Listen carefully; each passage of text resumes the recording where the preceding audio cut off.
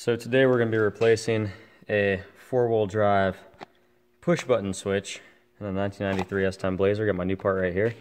All you got to do, well, if you have the defrog, the rear defrog, it's got rear defrog. Yeah, sounds about right. Rear defog. I can't speak English apparently. That's the only language I know. Anyhow, it's got two longer screws holding in right there. You just take those out, and then there's two shorter screws like this that are in right there. You take those out, and that gets you free to access your switch here. So on the underside of that four-wheel drive switch, there is a little clip you can see right. If I can get I'll use my pinky. Actually, you know what? I'll use this screw. Haha. All right, this clip right here pops off of there, which I'm gonna do from a different angle because I need both hands. So here is, well, actually there's a top clip too, but this one's busted off. So that tells me this switch may have been replaced before and it already went bad. Well, it's a part that always goes bad on these. I don't see why they tried to go to the push button type of nonsense, but sure. We all make our mistakes in design. Oh, man, this thing is really a pain to, okay, I kind of got it. It's a good thing I got small hands. Come on. Come on. I can do it. Maybe if I just get this screwdriver under there a little bit to help a bit. I need like 3 hands to do this. Yeah, someone that replaced this before busted off the top clip, and I can kind of see why. It's really being a pain in the fingers. Literally. Right, come on here. Really, it's just clipping back on. I can see why they just busted it off, because that's a good hold to begin with. Oh yeah, come on, come on.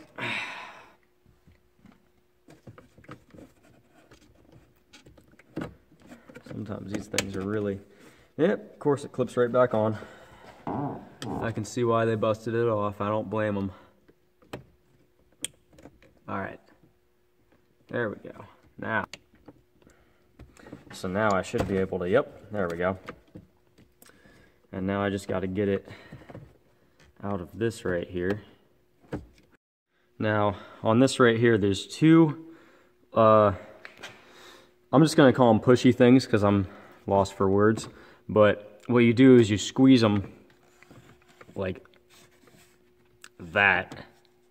As you can see what I'm doing with my fingers there. There's a little pushy thing here, as you can see, kind of. And there's one on the bottom too, right there. So you want to squeeze those together. So that's what I'm going to do here. So I got to squeeze them together and push outward, and the bottom one's really being a pain. It does not want to squeeze.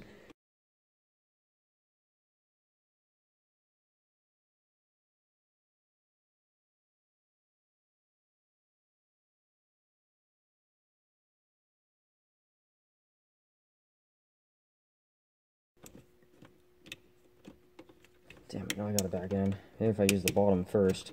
Oh, yeah, okay. Tip. Instead of breaking it off like I just did, or actually, oh, this whole thing comes off. Never mind, I didn't actually break it. Huh, that's a first. I thought I broke something when I really didn't. See, it just kind of goes right back in. Kind of like that. Ha! That's pretty cool. Oh, I put it on upside down. Hold on. That's better. I didn't actually break it. All right, well, now I got the new one in the box. I'm going to take it on out. And I feel like it's going to be a lot easier to put back in than take out. All right, so here's the new one. 4-wheel high, 4-wheel low. All right, see what we got. I'm going to slide it back in. If it's willing to go. I think I got to do it like this. There it is. Yeah, that was a lot easier to put back in. Wow. Which was that easy to take out. And then this just goes on here like so. All right. And that is the four-wheel drive switch replaced. And I just got to put this back in like that. And I take the short screw, this one right here, I'm going to switch angles. So I got my short screws. They just kind of go, you got to make sure you get it's up in there right like that. You get started with one screw, get the screwdriver, make sure it stays up in there, tighten it on in. All right, and the next one.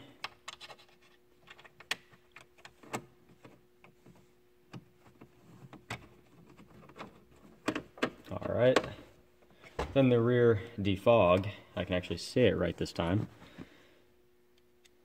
also has 2 screws. You gotta line them up. So I recommend taking the screw, putting it on up through the defog first like that, if only you could actually see. And then there's 2 holes right here, and you want to line it up, put the first screw in, and then you want to hold it just like that.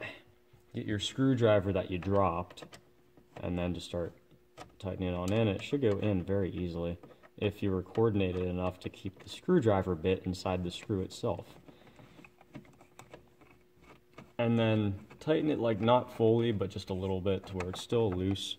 Grab your second one. Put it up into the first hole on the rear defog, and then find the second hole, which should fit perfectly straight right there. I'm getting in with my fingers at first. Should go in very easily, and then from there you can just take and tighten them the rest of the way down. And that is how to replace a four-wheel drive switch on a first generation S10. Not hard. The hardest part is getting the old switch out. It is a pain. It will hurt your fingers, but it's not too bad. But yeah, the new switch looks nice. And I gotta try it out and see if that was really the issue. I replaced the TCCM fuse first, and then it seemed to work a little bit. And then every time I'd hit the switch, it just wouldn't seem to really work. So what I'm gonna do is I'm gonna put the garage door up. I'm going to start it and then see if it engages into four-wheel drive. Should hear a sound when it does so. Alright, so I'm going to pull out of the garage. Yep.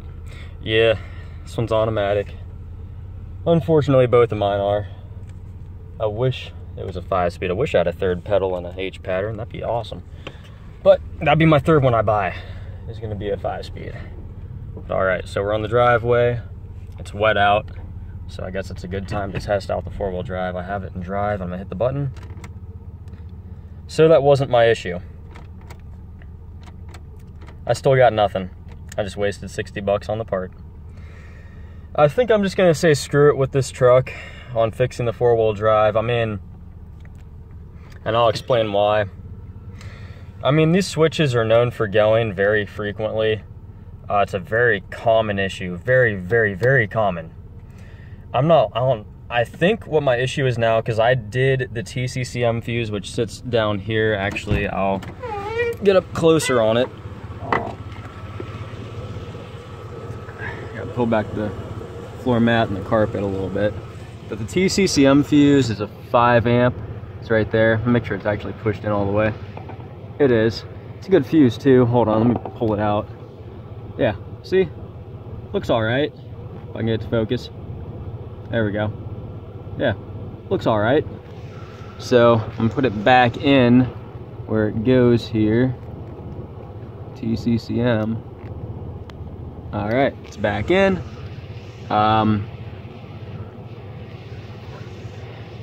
And it is in all the way. I don't know, four-wheel drive has a mind of its own. What I think it is, I know it's not my vacuum actuator. That works perfectly fine, which is like a $50 part. I mean, it's not too expensive. But let's see. It's a vacuum actuated system. The actuator on this truck's just fine. There's no vacuum leaks that I could hear of or even tell of when the four-wheel drive actually does decide to engage. Nothing. I mean, I have it hooked in there all the way. Has to be a wiring issue. I'll have to go to Summit for that, and I'll have to tear the entire dash apart. But with this truck, I'm just gonna say screw it on the four-wheel drive, because I have another one that has a better four-wheel drive system that has the floor shifter, but it is still vacuum actuated, which is still an issue. It has its own issues, but less problematic than the push button. But as you can see, this truck is pretty clean.